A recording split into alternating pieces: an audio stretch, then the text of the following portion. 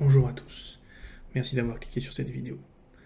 Nous allons maintenant nous intéresser à de quoi un homme est-il capable par amour. As-tu déjà aimé au point d'avoir honte de ce que tu étais prêt à faire, de te perdre, de t'oublier? On dit que l'amour rend fou. Mais jusqu'où exactement? Aujourd'hui on va parler d'un truc simple en apparence. Jusqu'où peut-on aller par amour? Et la réponse est vite répondue. Parce qu'en vérité il n'y a pas de limite. La limite elle est propre à chacun. Elle dépend de l'histoire, du vécu, de ce qu'on est prêt à donner, à sacrifier, à avaler, jusqu'à ce que parfois la vie elle-même s'arrête. Pour certains, l'amour va jusqu'au bout du bout et c'est vertigineux. Mais non, t'inquiète pas, c'est pas la fin de la vidéo. Pose-toi là tranquillement, on va explorer, nuancer, toucher du doigt des actes réels, des histoires vraies, des instincts bruts, des choses magiques, d'autres tragiques. Tout ça fait des choses faites par amour.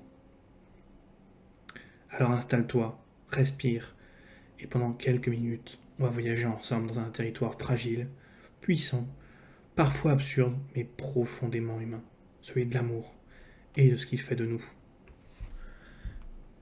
On dit que l'amour rend aveugle, mais le vrai danger, c'est quand il nous rend lucides. Parce qu'un homme, qu'il aime vraiment, il n'est plus limité par la logique, ni par la peur, ni par l'orgueil. Il est capable de traverser des villes à pied, de manger la terre si on lui demande, il est capable de pardonner l'impardonnable, d'attendre ce qui ne viendra peut-être jamais, parce qu'il croit qu'au bout de ce vide, quelqu'un l'attend.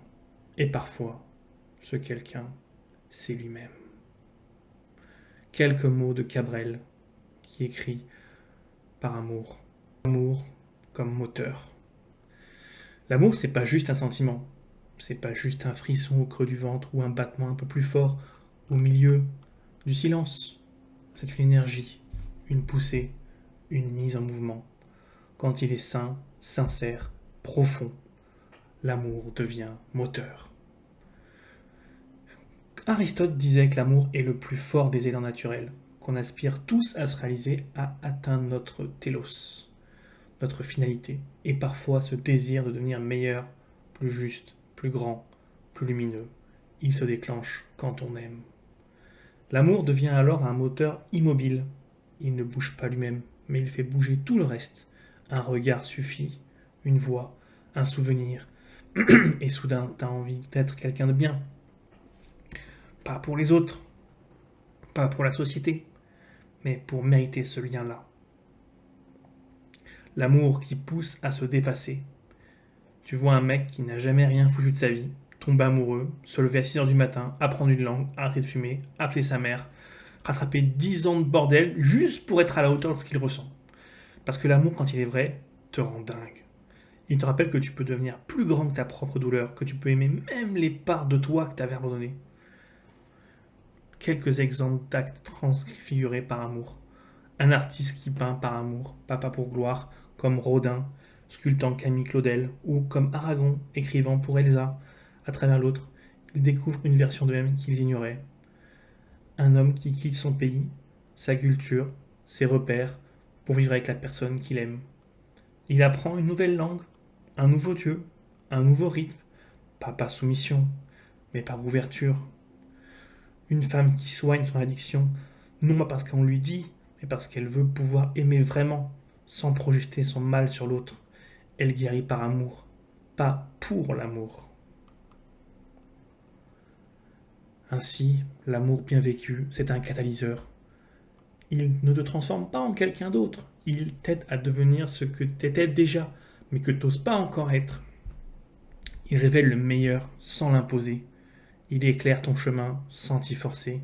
Il te pousse, mais jamais il te piétine. Mais attention, ce moteur, quand il tourne à vide, quand il ne reçoit rien en retour, ou qu'il est alimenté par la peur, le manque ou le fantasme, il peut devenir un piège, un engrenage qui t'aspire. Parce que parfois, ce qu'on appelle l'amour, c'est juste un cri d'angoisse déguisé.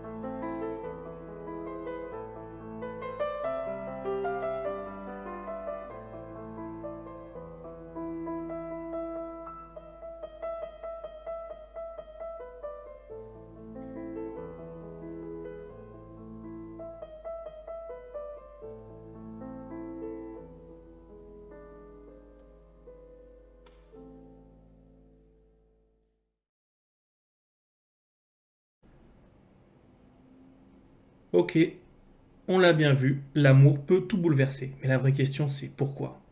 Pourquoi est-ce que c'est ce simple fait d'aimer ou d'être aimé qui nous pousse à agir avec autant de force? La réponse est assez simple. C'est le regard de l'autre, un miroir sacré. Parce que dans le regard de l'autre, on se voit pas tel qu'on est aujourd'hui, mais tel qu'on pourrait être. Et ça, c'est la magie. C'est ce que l'amour nous révèle à nous-mêmes. On se redresse, on ose, on se sent digne. Et parfois, c'est la première fois qu'on se sent exister vraiment. Le philosophe Emmanuel Lévinas disait que le visage de l'autre nous convoque à notre humanité. Quand quelqu'un te regarde avec amour, il t'appelle à devenir responsable de toi, à devenir plus vivant. Donner, c'est recevoir infiniment plus.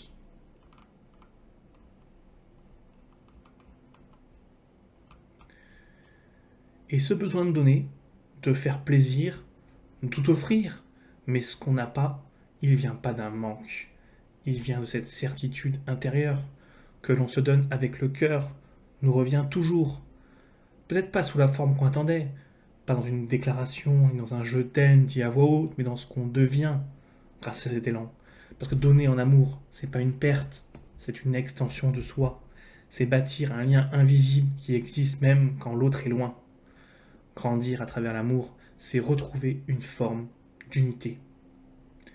L'amour touche quelque chose de très ancien en nous, une mémoire, un besoin de fusion, d'harmonie, de beauté.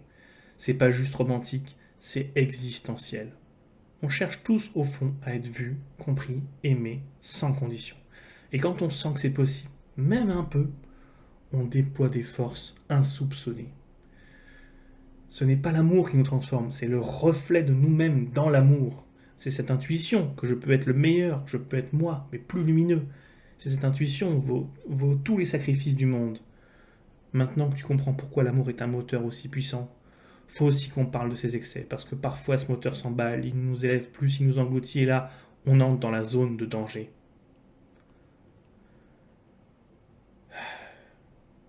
Partie 2. Quand l'amour devient obsession. On pensait aimer, on jure aimer, mais parfois, on aime mal. Et c'est ce qu'on appelle amour. C'est juste une dépendance maquillée, une peur qui se déguise, un visage, un vide qu'on décore de promesses. Alors, il faut poser la question qui dérange. Ce que tu fais par amour, tu le fais pour l'autre ou tu le fais pour toi? Le regard des sages, l'amour ou l'attachement? Le bouddhisme ne parle pas d'amour comme nous, il parle d'attachement. Il dit ce à quoi tu t'attaches, tu souffrirais de le perdre. Tu souffrirais parce que tu es identifié à quelque chose d'extérieur à toi. C'est là que la chute commence. Spinoza, lui, parle de passion triste, un affect qui nous réduit à l'impuissance. L'amour n'est qu'une expansion de soi, mais une soumission, une aliénation à ce qu'on ne maîtrise pas. L'amour comme miroir de notre propre vide. Parfois, on n'aime pas la personne. On aime l'idée de la personne. Ou pire, l'idée qu'elle nous renvoie de nous-mêmes. On projette sur l'autre ce qu'on voudrait guérir, sauver, retrouver. C'est pour ça que quand cette personne s'éloigne, on panique. Pas parce qu'on va le perdre, mais parce qu'on a peur de ne plus savoir qui on est sans elle. Exemple concret. Quand l'amour devient poison, celui qui surveille le téléphone, lit les messages, interdit les sorties, mais dit c'est parce que je t'aime. Non, c'est pas de l'amour, c'est de la peur et de la possession. Celui qui accepte l'humiliation, les absences, les silences, les trahisons, en pensant je vais la changer. Un jour il reviendra, elle verra combien je l'aime. Frérot, c'est plus de l'amour, c'est du sacrifice inutile, c'est de l'effacement. Celui qui devient manipulateur, gentil, puis cruel, froid, puis en fusion, juste pour garder l'autre accroché. Là, t'es pas en train d'aimer, t'es en train de contrôler. Et maintenant, il y a l'amour sur Internet, l'amour toxique version 2.0. Et le pire, c'est que notre société applaudit ça. On a grandi avec les Disney, les comédies romantiques, les clips, les dramas TikTok. Où le mec doit se battre, prouver, aller jusqu'au bout du monde pour récupérer l'autre. Et où si tu souffres, c'est que ton amour est vrai. Mais c'est faux. La souffrance, c'est pas une preuve. C'est souvent un signal d'alerte. Et les réseaux sociaux n'aident pas. Tu vois des couples parfaits, souriants, maquillés de filtres, et toi tu te dis pourquoi moi j'ai pas fait ça? Alors tu t'accroches encore plus, tu te donnes encore plus, Tu t'oublies, tu t'effaces, tu mentis, tu crois que c'est ça aimer. Mais c'est pas ça aimer. Parfois, ce qu'on appelle amour, c'est juste une peur habillée en romantisme. Une peur d'être seul, une peur de ne pas être assez, une peur d'exister sans que quelqu'un te regarde. Et c'est là que le moteur devient un piège.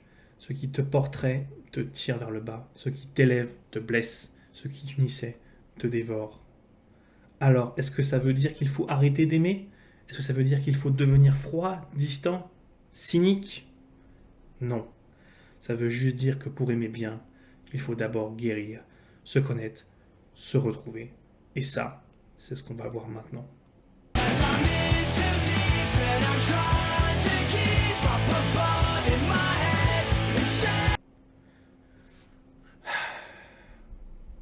Est-ce que je suis tombé dans l'excès? Je vais pas faire genre de parler que des autres. Je vais pas jouer le philosophe détaché alors que moi aussi j'ai plongé. J'ai aimé une fille profondément, totalement, sans calcul, sans pause, sans recul. Et aujourd'hui encore, elle est là. Pas là dans ma vie, pas là dans mes messages, mais là dans ma tête, dans ma peau, dans mes silences. C'est peut-être ça le pire. Elle n'est jamais là. Je n'ai aucun contact avec elle. Elle ne me connaît peut-être même plus. Et pourtant, c'est elle qui me pousse à me lever, à créer, à comprendre, à espérer. C'est paradoxal, elle est mon moteur le plus puissant et en même temps le sourd de ce blocage immense en moi. Parce que depuis elle, j'ai l'impression que je n'arrive plus à aimer. Je compare, je doute, je m'accroche à des fantômes et je me demande, est-ce que j'ai aimé une vraie personne? Ou une image? Une projection? Une idée trop belle pour être vraie? Peut-être que je suis tombé dans l'excès. Peut-être que j'ai confondu amour et besoin de sens. Peut-être que j'ai mis trop de lumière dans un seul visage. Et pourtant, malgré tout ça, je ne regrette pas. Parce que ce que j'ai ressenti, c'était réel. Et si tout ce qui me fait tomber, c'est aussi ce qui me fait écrire, créer, aimer la vie autrement. Bref, tu vois, parfois on se perd, on va trop loin, on s'enterre dans nos propres sentiments. Et on se rend compte qu'on est trop profond. I'm in too deep. Et peut-être que toi aussi, t'as une personne comme ça, une histoire inachevée, une présence absente. Et si c'est le cas, sache que t'es pas seul. On est beaucoup à écrire des lettres qu'on n'enverra jamais, à aimer des gens en silence. Mais peut-être qu'un jour ce silence servira à quelque chose de plus grand.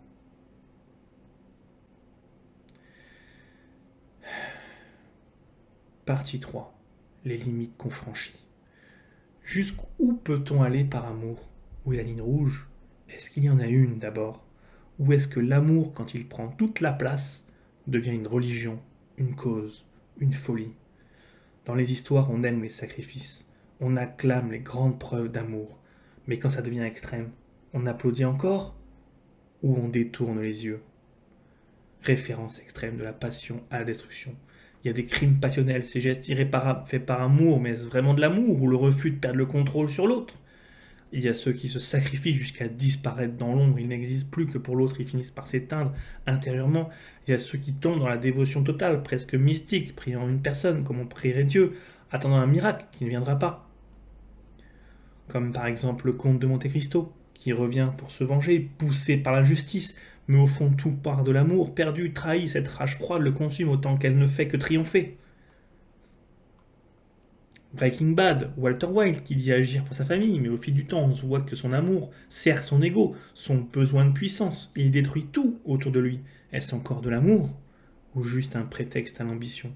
Roméo et Juliette, l'amour pur, total, mais éphémère. Ils vont jusqu'à la mort ensemble, et le monde applaudit cette tragédie comme une des plus belles histoires d'amour.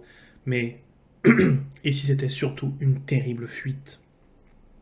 La La Land. Deux êtres qui s'aimaient vraiment, mais qui, pour vivre leurs rêves, renoncent leur amour. Parce qu'il était faux, mais parce qu'ils ne pouvaient pas coexister avec leur vérité personnelle. C'est peut-être ça l'amour le plus noble, celui qu'on n'impose pas.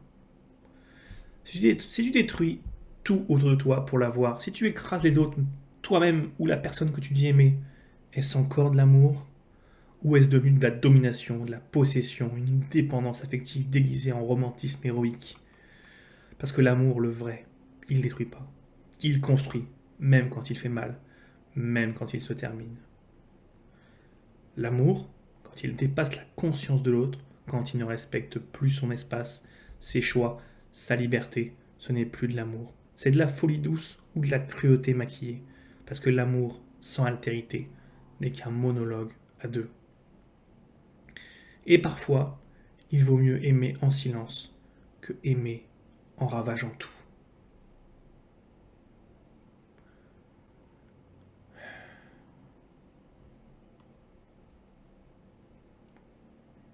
Alors, qu'est-ce qui nous reste? Est-ce qu'on peut aimer sans se perdre? Est-ce qu'on peut aimer librement et grandir et s'épanouir sans se dissoudre dans l'autre? C'est ce qu'on va voir maintenant. Aimer sans se perdre. Peut-on aimer sans oublier? Peut-on se donner sans se dissoudre? Simone Weil, Alain Badiou, l'amour comme événement, fidélité, la beauté de l'amour non réciproque, aimer sans posséder, l'idée de construire en aimant, pas de se détruire. Le vrai amour, c'est pas ce que tu es prêt à sacrifier, c'est ce que tu es prêt à construire en toi et avec l'autre. Aimer sans se perdre. Peut-on aimer sans oublier? Peut-on se donner corps et âme sans disparaître dans l'histoire de quelqu'un d'autre? Est-ce qu'on peut brûler de passion sans se consumer? Est-ce qu'on peut aimer vraiment aimer sans tout sacrifier? L'amour comme éveil et pas comme fusion. La philosophe Simone Weil disait que l'attention véritable est une forme d'amour. Aimer quelqu'un, c'est lui accorder une présence pure sans vouloir le changer, sans vouloir le garder. Pour Alain Badiou, l'amour est un événement, quelque chose qui surgit, qui te déplace de toi-même. Aimer, ce n'est pas chercher à retrouver une moitié perdue, c'est construire un monde à deux dans la durée, une fidélité à ce point de rencontre. La beauté de l'amour non réciproque. Et parfois l'amour n'est pas partagé. Tu donnes, l'autre ne prend pas. Tu regardes, l'autre détourne les yeux. Mais tu continues d'aimer. Et c'est beau. Parce qu'aimer sans retour, c'est une preuve de liberté. C'est dire je t'ai vu, je t'ai reconnu, et même si tu ne veux rien de moi, je te remercie d'exister. Cet amour-là ne possède rien, mais crée tout. Aimer pour se construire, pas pour se diluer. Aimer, ce n'est pas se faire petit pour entrer dans le cœur de quelqu'un. C'est devenir plus grand, plus vrai, plus solide. C'est aimer en se tenant debout, en regardant l'autre, non pas comme un sauveur, mais comme un compagnon de route. Et si la personne ne reste pas, alors tu gardes l'amour, mais tu reprends le chemin. Tu ne fais pas de ta souffrance une résidence, tu fais de ton amour une énergie pour aimer la vie encore. Le vrai amour, c'est pas ce que tu es prêt à sacrifier, c'est ce que tu es prêt à construire en toi et peut-être un jour avec quelqu'un d'autre. Aimer sans se perdre, c'est aimer sans condition. C'est s'aimer aussi soi-même suffisamment pour ne plus jamais confondre abandon de soi avec don de soi. Et si tu as aimé quelqu'un comme ça, même une seule fois, tu sais que ça vaut toutes les douleurs du monde. Et moi alors? C'est là que je me situe, moi, effectivement, entre le manque et l'apaisement, entre la solitude et la clarté. Il y a cette fille, non, je ne dirai pas son nom, elle est là dans ma tête depuis plus de 8 ans. On ne s'est pas parlé depuis tout ce temps, mais elle n'a jamais vraiment quitté mon espace intérieur. C'est un amour à sens unique, et longtemps j'en ai souffert. Mais aujourd'hui, j'ai réussi à ne prendre que le bon. Je ne suis plus brisé, je suis en marche. Parfois je me sens seul, oui, mais je ne souffre plus. Parce que j'ai compris ce que c'est d'aimer. D'aimer sans condition, sans retour, sans possession. Je ne veux pas détruire pour elle, je ne veux pas la détruire non plus, je suis là entre les deux, comme un funambule sur une corde, faite de souvenirs, d'espoir et de lucidité. Et maintenant, je continue. J'essaye de construire ma vie, même si je te le dis franchement, toutes les filles ont goût d'eau depuis elle. Ce n'est pas leur faute, c'est juste qu'elle a monté un sommet, un Everest, et depuis je la repense seule, mais en mouvement, et oui, tu l'as compris, cette vidéo, ce texte, ce moment, c'est aussi pour elle. Pas pour la récupérer, pas pour qu'elle m'aime en retour, mais parce que je suis encore mu par cette lumière qu'elle a déposée en moi, sans même le savoir. Elle aime les vidéos comme celle-ci, des réflexions calmes, profondes, intimes. Alors moi, ce week-end, j'écris. J'écris pour elle, avec l'espoir qu'un jour peut-être ces mots la toucheront, ou peut-être qu'elle ne les verra jamais. et c'est pas grave.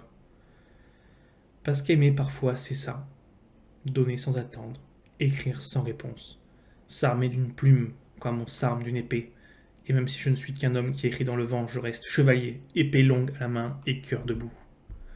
Si tu m'écoutes encore, toi là, sache que tu m'as appris quelque chose d'immense, et que je ne te dois pas une vie, mais la façon dont je choisis de la vivre.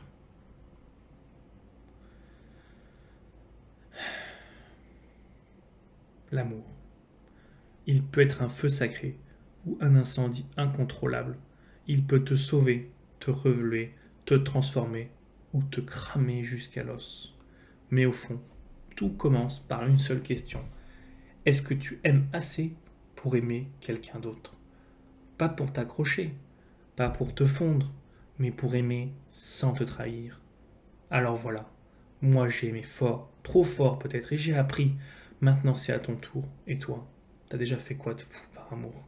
T'as déjà traversé des villages, des villes, changé de vie, pleuré en silence, aimé en cachette? T'as déjà tout donné sans rien recevoir, ou tout juste reçu sans savoir quoi en faire? Viens, raconte. Ici il n'y a pas de honte, pas de jugement, parce que c'est ensemble dans ce grand partage silencieux qu'on apprend à aimer mieux. Merci de m'avoir écouté, merci d'avoir ressenti.